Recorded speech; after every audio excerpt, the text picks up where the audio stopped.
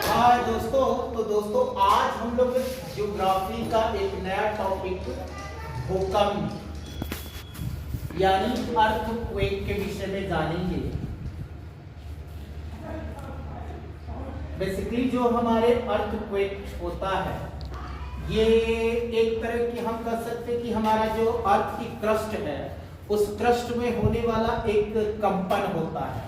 तो बेसिकली हम क्या कर सकते हैं कि भूकंप एक तरह की जो है तरंगीय जो है कंपन है जिससे पूरी पृथ्वी का धरातल क्या करने लगता है, कंपन करने लगता है। अच्छा, दूसरी बात, जो भूकंप होते हैं जनरली ये जिस भी एरियाज में आते हैं वहां पर काफी ज्यादा जो है जनधन दोनों की क्षति होती है।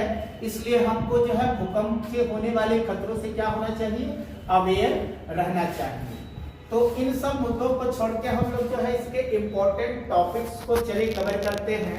सबसे पहले क्या है, भूकंप क्या है, और शेक इन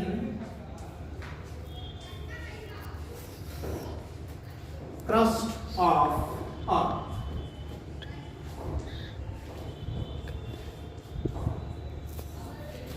तो ये पॉइंट ध्यान देना है।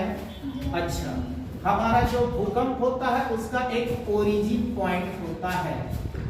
तो ओरिजिन पॉइंट को हम लोग क्या बोलते हैं, फोकस बोलेंगे। भूकंप के ओरिजिन पॉइंट को क्या कहते हैं, फोकस, या जो है भूकंप मूल केंद्र होता है तो इसको हम क्या बोलेंगे, फोकस बोलेंगे। सबसे पहले जो हमारा अर्थ पर और जहां पर भी भूकंप का ये फील होता है उसको हम जो है क्या कहते हैं, ईपी सेंटर कहते हैं। ईपी सेंटर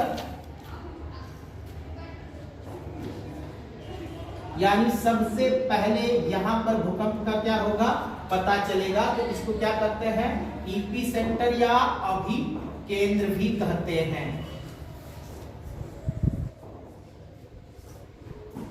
अच्छा, अब बात आ गई कि भूकंप को जो स्टडी करने का हमारा साइंस होता है उसको सिस्मोलॉजी कहा जाता है। क्या कहा जाता है, सिस्मोलॉजी, या जो है भूकंप विज्ञान इसको कहते हैं। तो ये ध्यान रखेंगे, भूकंप में साइंस की वह शाखा जिसमें हम भूकंप का क्या करेंगे, अध्ययन करेंगे, वो क्या है, सिस्मोलॉजी होती है।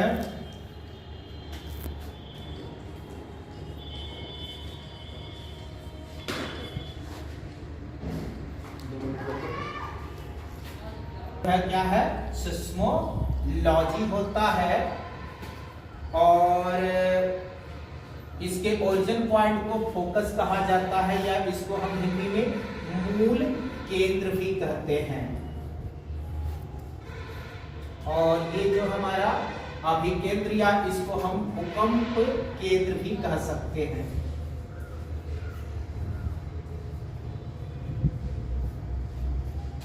अच्छा, भूकंप जो होता है इसको मेजर किया जाता है रिएक्टर स्केल पर।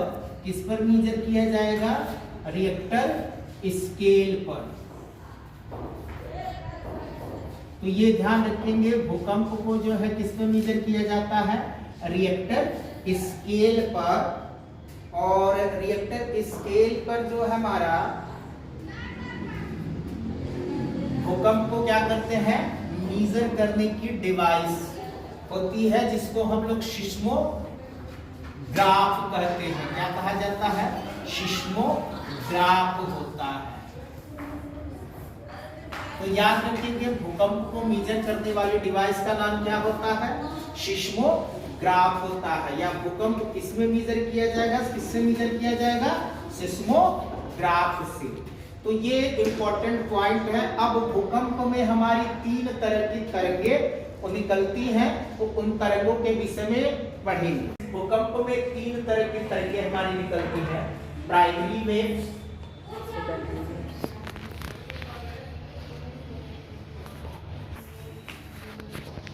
दूसरी हमारी सेकेंडरी वेव,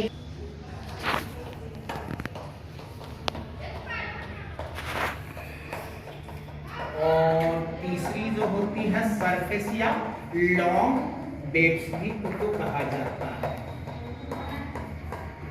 अच्छा, तो जो है जनरली अगर हम स्पीड देख लें तो स्पीड के मामले में सबसे ज्यादा स्पीड हमारा प्राइमरी वेव्स का होता है, फिर उसके बाद सेकेंडरी वेव्स आती है, लॉन्ग वेव की होती है। तो ये ध्यान रखिए ये क्या हमारा स्पीड का ऑर्डर है।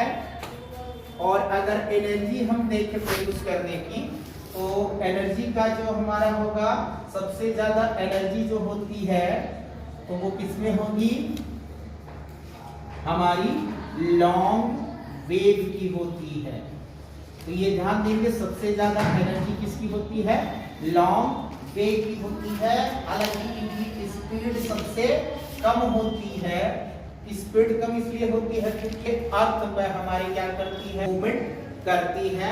और ये जो है हमारा सॉलिड और लिक्विड ये दोनों तरह के मीडियम में प्रोड्यूस हो सकती है। तो ये पॉइंट भी हम लोग यहाँ पर क्या करेंगे, लर्न रखेंगे, ठीक है। इससे जो एनर्जी निकलती है ये एनर्जी होती है, यानी प्रत्यास्थ ऊर्जा इससे प्रोड्यूस होती है।